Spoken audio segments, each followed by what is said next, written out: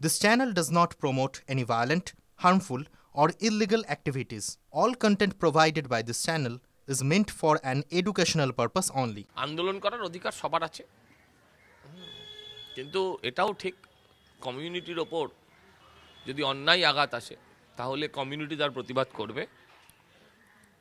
ডাক্তাররা যদি গাফিলতি করে থাকেন তাহলে তার শাস্তি পাওয়া উচিত, সেক্ষেত্রে সাসপেনশনকে সমর্থন করি। কিন্তু ডাক্তারদের যে পুলিশি হয়রানি করানো হচ্ছে, ডাক্তারদের যে মিথ্যা মামলায় ফাঁসানো হচ্ছে, সেটার সর্বতভাবে নিন্দা জানাই এবং প্রতিরোধ গড়ে তুলব। এটা দর্থহীন ভাষায় বলতে পারি। কেন সিআইডি থামা যাবে? হয়তো সিআইডি দিয়ে ডাক্তারদের যে হয়রান করা হচ্ছে, ভয় দেখানো হচ্ছে, ডাক্তারদের যে সন্ত্রস্ত করা হচ্ছে, ধামাচাপা দেওয়ার থেকে শুধু এটা প্রতিহিংসা পরায়ণতা।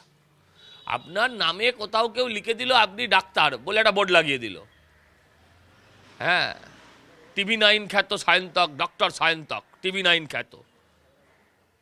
আপনি বোর্ডটা আমি দেখেছি যে ডাক্তারের নামের আগে ENT যোগ করেছে, আবার তলায় আরজিকরটা বড় বড় করে লিখে দিয়েছে। মানে কোন ব্যক্তি?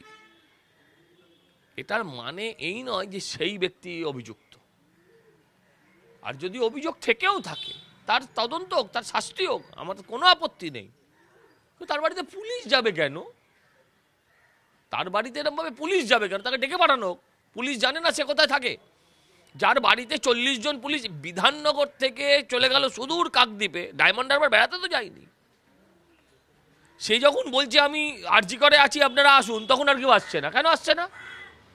অদ্ভুত ক্যারেক্টার না?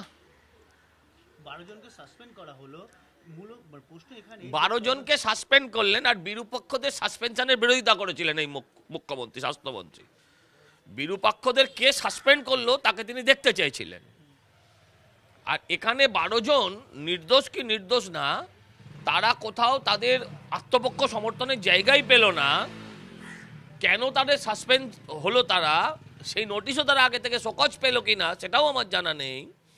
ইন অ্যাডভান্স সাসপেন্ড হয়ে গেলেন, এটা কখনো হতে পারে না। মানে মুখ্যমন্ত্রী ভাবছেন আমিই আইন, আমার কথাই আইন, আমার মুখের বচনই আইন।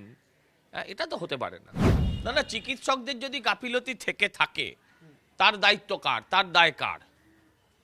স্বাস্থ্যমন্ত্রী তো।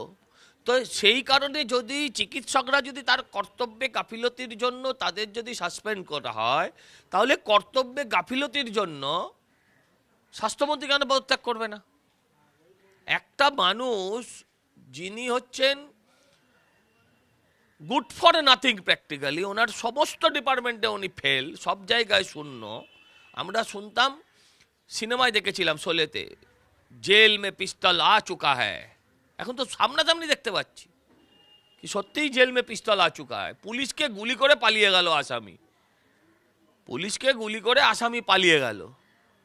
এমন অপদার্থ পুলিশ মন্ত্রী থাকার থেকে না থাকা ভালো, থাকার থেকে না থাকা ভালো তো।